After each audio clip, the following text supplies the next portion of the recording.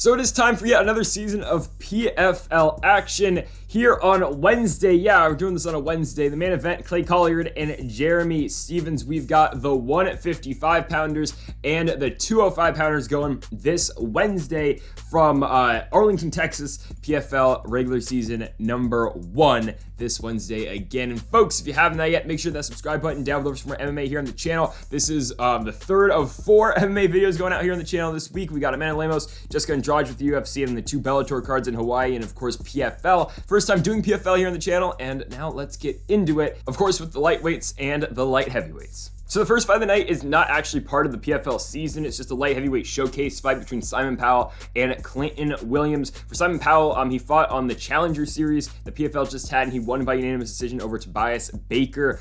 This fight's set up for him to win. He's not losing to Clinton Williams here. I mean, he's like a minus 300 favorite for this fight. Williams, a guy who's been around for a while. He is 38 years old now. He's fought in World Series of Fighting a long time ago. Of course, when PFL used to be World Series, he went to Fury FC, lost a fight there. He's coming off a win on Fierce FC 17. Back late into 2021, but he's taking this fight against Simon Powell. Again, PFL knows what they're doing. They're trying to book Powell for the future, and he'll probably be in the season next year if he can win a couple of these showcase fights. He's going to be Clinton Williams. I don't think it's going to be all that competitive. He's the younger guy by far from the UK. He's only 23 years old. Given the guys he's fought outside of the PFL have not been very good. I mean, hell, you look at the records: 1-0, 0-14, 1-0, 1-0, and then of course the fight against Baker in the Challenger Series was 2-1. Still, though, I think he's got enough to beat Clinton Williams. I think he's going to come out here quick night in the office, first round knockout for Simon Powell. So now this is where the fights officially matter. It's going to be Rob Wilkinson taking on Bruce Souto.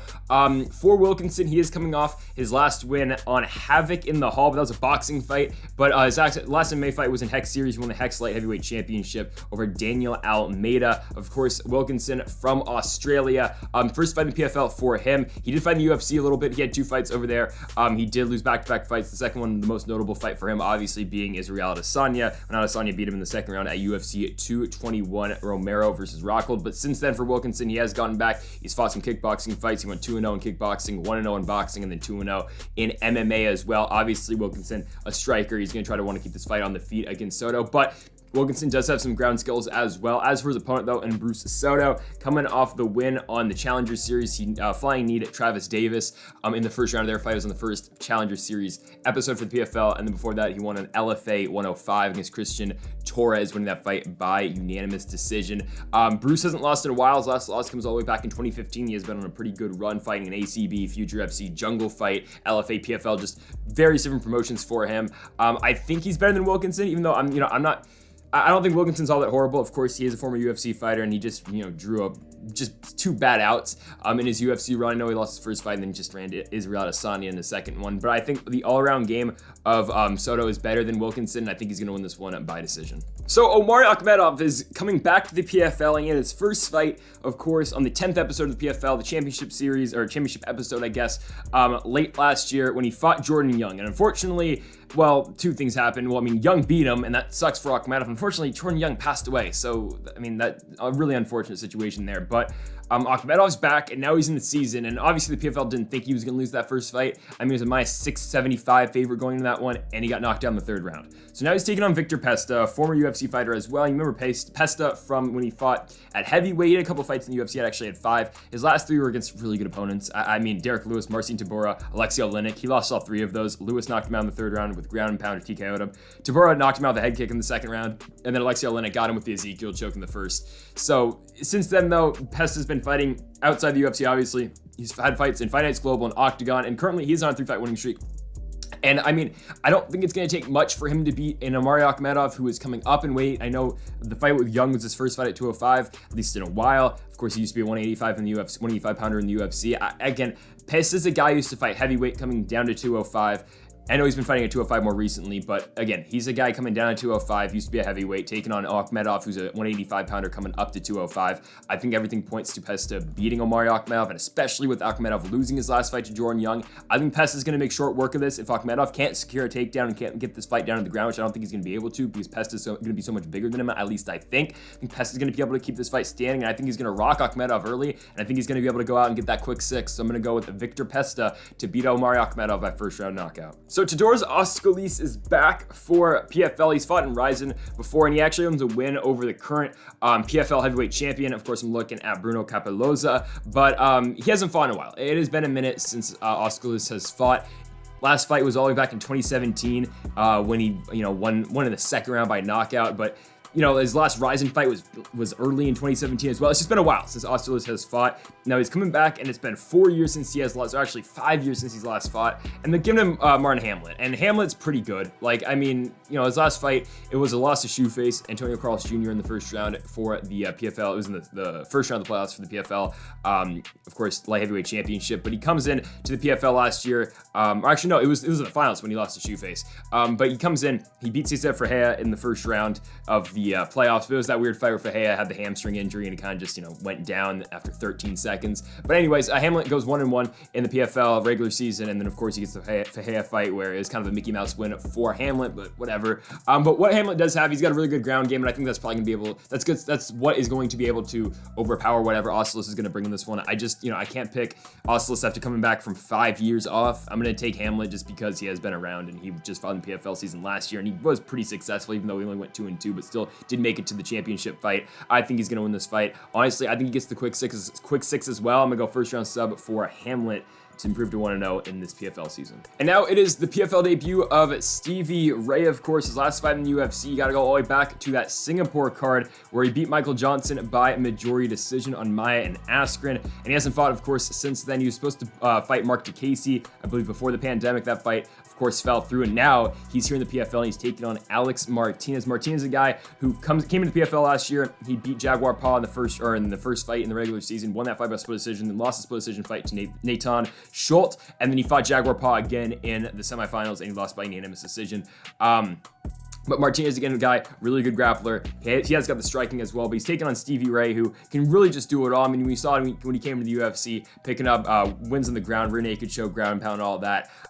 He did, have that loss to, he had back-to-back losses to Paul Felder, I believe, it was Kazan Johnson, I think it was. And then he beat Yasin Ayari, and then lost to Leonardo Santos. He had the winner of Michael Johnson, and we haven't seen him since. But I think Stevie Ray is going to be Alex Martinez. Odds are about even right now, but I just think when you look at this fight, Stevie Ray is a higher level fighter than Alex Martinez. I think he's better than Martinez on the ground. On the feet, I could even make the case better up there too. I think Stevie Ray is just all around better than Alex Martinez wherever this fight does end up.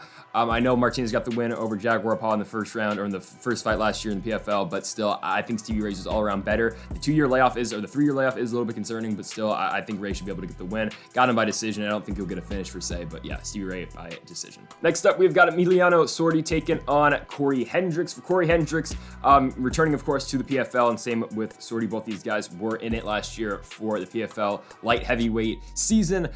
For Hendricks, he's 1-1. He went 1-1 in the regular season. He beat Hamlet in his first fight by rear naked choke in the third round, then lost to Chris Camozzi. His last fight by unanimous decision. As for Sordi, he's been fighting for the PFL for a while. He was in the 2018 season, 2019, 2021, and now the 2022 season as well. He just ran into Antonio Carlos Jr. In his fight in the first round of the playoffs last year when he lost by unanimous decision. He had to draw his second fight. In his first fight, he beat Chris Camozzi as well by unanimous decision. Of course, he is the former champ, of course, there with PFL. He won in 2019, beating Jordan Johnson in the first round by ground and pound TKO finish. And then back in 2018, I believe, I think he made the tournament, but he lost in the first round of the playoffs as well. He fought in the contender whole while back in 2018 when he lost to Ryan Spann. But Sordi can do it all. He's good on the ground. He's good on the feet. He's got the rear naked choke finish over, or to make his way into the playoffs back in 2019. He beat Jordan Johnson, got him on the ground, worked the ground pound to finish the fight. I just think he's going to beat Corey Hendricks here. I don't think Hendricks is all that great. Sordi's been around for a while for the PFL. Of course, this is his 4th season. For Hendricks, of course, former Ultimate Fighter guy. He fought in World Series back in the day as well. But he owns a win over Khalil Roundtree on the Ultimate Fighter. But again, it's been a while. Hendricks fought in ACA for a little bit, ACB as well.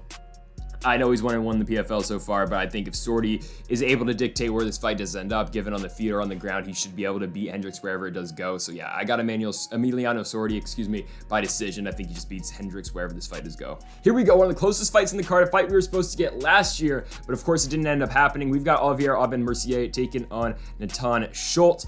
This is supposed to be on one of the playoff cards where Aubin-Mercier is supposed to take on Schulte. Of course, he came in, fought Marcin Held. He got the win by unanimous decision. Then eventually he he ended up fighting Darrell Horcher instead of Schulte. But here we go. We finally get it for Schulte last year, though, in the PFL. He did go 1-1. He lost to Marcin Held in the first round, and then, or in his first fight, and then he ended up beating, Martinez by split decision. But of course, he won back-to-back PFL champs. He beat Jaguar Paw for the championship in 2019 and 2018. He won it as well, beating Rashid Magomedov by unanimous decision. He owns wins over UFC guys such as like Jesse Robinson. By the way, I mean, Schultz and Aubin-Mercier, two really good ground fighters, and whoever's the better fighter on the ground is going to win this fight.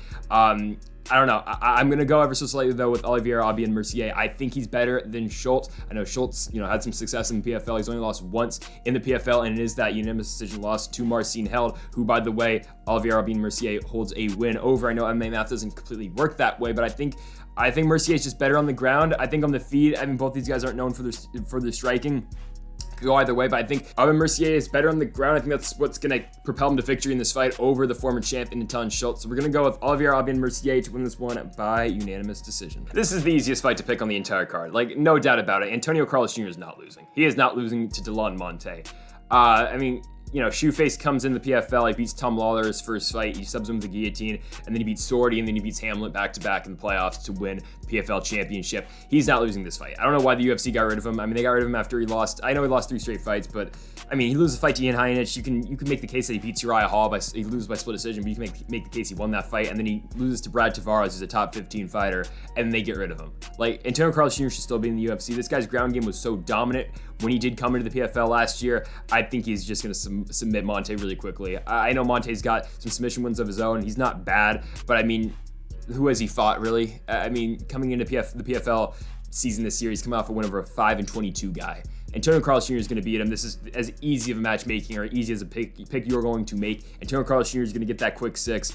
Honestly, he might even clinch a playoff spot with this because of those 6 points. I'm going to go with Antonio Carlos Jr. to beat Monte by a first-round submission. It doesn't get any easier than this. So we've got the reigning PFL champion, Manfio, taking on Don Madge. And for Manfio, did he really, you look at some of his fights. Did he really beat Anthony Pettis? Did he really win his first fight last year in the PFL? Especially the Pettis fight. I don't think he won that fight. I thought Pettis won. And then the Clay Colliard fight, I thought Colliard beat him. I don't know. And then now, he beats Jaguar Paw in the finals for the championship. I thought he won that fight. Some people thought that Jaguar Paw won that fight. I'll give it to Manfio, but still, he had 4 really close fights in the PFL last year, and he got every single decision in all of those fights. And honestly, Manfio kind of came out of nowhere. He was fighting in Titan FC, he lost to Sydney Outlaw for the Titan FC Lightweight Championship. That's how he lost it going into the PFL season. But he took 3 years off in between fighting. He comes back in 2021, wins 4 fights, and now he's the PFL World Champ.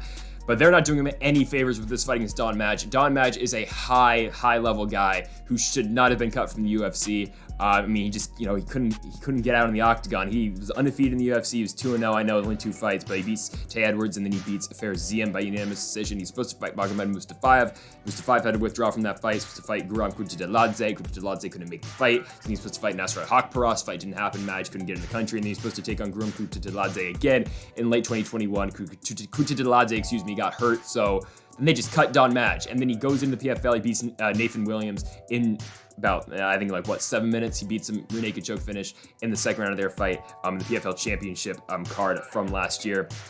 Don Madge is really good. He can mix it up on the feet. He's got a really good ground game as well. He's on a big winning streak right now of 6 fights.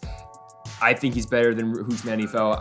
Again, Manfio is solid. He's got a solid striking game. His ground game isn't the greatest, so I think if Don Madge, does want to take that fight down to the ground, I think he will have the opportunity to do so, and I think he will have the opportunity to potentially submit Manfio. I think this one will go to the judges' scorecards, though, just because Manfio is tough. Of course, going 3 rounds with Pettis, going 3 rounds with Colliard, and going the full 5 with Jaguar Paw is tough to do. But again, I just don't think he's the best champion the PFL's got. I think he got a little bit lucky winning that championship. I think Don Madge is going to come in here. I think he's going to beat Manfio, and I think he'll get it done by decision, knocking off the current champ. And now for the main event, Clay Colliard taking on Jeremy Stephens.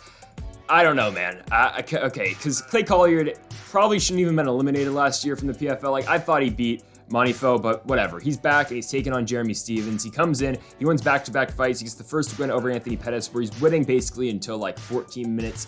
We're basically until 1 minute left in the fight, where Pettis lands that huge strike. But still, Clay Colliard beats up on Anthony Pettis on the feet for 14 minutes. He looked very good in doing so. Of course, he's got the boxing background. Does Collier. He fought in the UFC a while ago as well, but comes back, comes into the PFL and beats Anthony Pettis, wins 2 fights, gets into the playoffs where he loses to Manfio. And now you got Jeremy Stephens on the other side, who has not won a fight in a while. His last win is all the way back where he had that brutal knockout, yes, over Josh Emmett back in 2018, but since then he got liver punched by Jose Aldo. He lost his beat Akhmedov. He had the 2 fights with Yair Rodriguez. The first one he gets poked in the eye, the second one he loses by decision. He gets knocked out by Calvin Kattar with that brutal elbow that Kattar landed, and then he gets subbed in 1 minute against Mateusz Gamrot in his last fight. Where are we at with Jeremy Stephens? I don't know. Is he good enough still to beat Clay Collier? It's questionable at best. It honestly is, because you're probably gonna see a stand-up fight. I don't think that Stephens is gonna take this one on the ground. At least I don't think so, even though he probably would have an advantage down there. But Collier's defensive wrestling still pretty good though. I mean, we've seen him in the PFL fend off some takedowns and keep the fight standing where he wants it to be. So it's basically, can Jeremy Stephens mix it up with Clay Collier? 2 years ago, I would say yeah. Now, I think it's tough. I still think Jeremy Stephens is decent. I just think it's the guys he's fought in the UFC are incredibly talented. I mean, hell, again, Aldo's a fight away from the belt at 135. Zabit, if he was still active, he'd be a fight away from the belt. Yair's still probably a fight away from the belt. Kattar's like 1 or 2 fights away from the belt. And Mateusz Gamrot's one of the top prospects right now that the UFC's got at 155 pounds. And now you go from all of that to Clay Collier. Nothing against Clay Collier, but he's not. He's not on the level of those other guys. It's just the thing is Jeremy Stephens still on the level of guys like Mateusz Gamrot and Calvin Kattar? Well, we don't know because he hasn't beat those guys, but. Man, I don't know. It's a close fight to pick. It's a really close fight to pick. Ever so slightly, though, we're going Jeremy Stephens. I think Stephens still has got a little bit left in the tank to the point where he can steal 2 rounds off of Collier. I think he can mix it up in the feet, work in the clinch, and just make the fight dirty, make it ugly to the point where Jeremy Stephens can win one of those fights. He's the real hardest hitting 145-pounder on the planet. Now he's at 155, but he does still hit hard. Jeremy Stephens, now, again, is his chin the best at this point of his career? No, it's not, but I still think it's good enough to beat Clay Collier. I don't think he's going to be able to finish him, but I think he will be able to touch Collier up on the feet to the point where he's going to be able to win 2 rounds, and I think Jeremy Stephens, ever so slightly, is going to pick up the win here in the PFL opener in the main event, beating Clay Collier by unanimous decision. And folks, thank y'all for watching this PFL regular season video. Of course, the first week here on the channel. We haven't done PFL before, but hell, maybe I'll do the rest of the season. Probably will. But folks, thank y'all for watching. Make sure that subscribe button down below for more. Make sure you leave a like if you did enjoy the video. Thanks y'all for watching. And Mamba forever.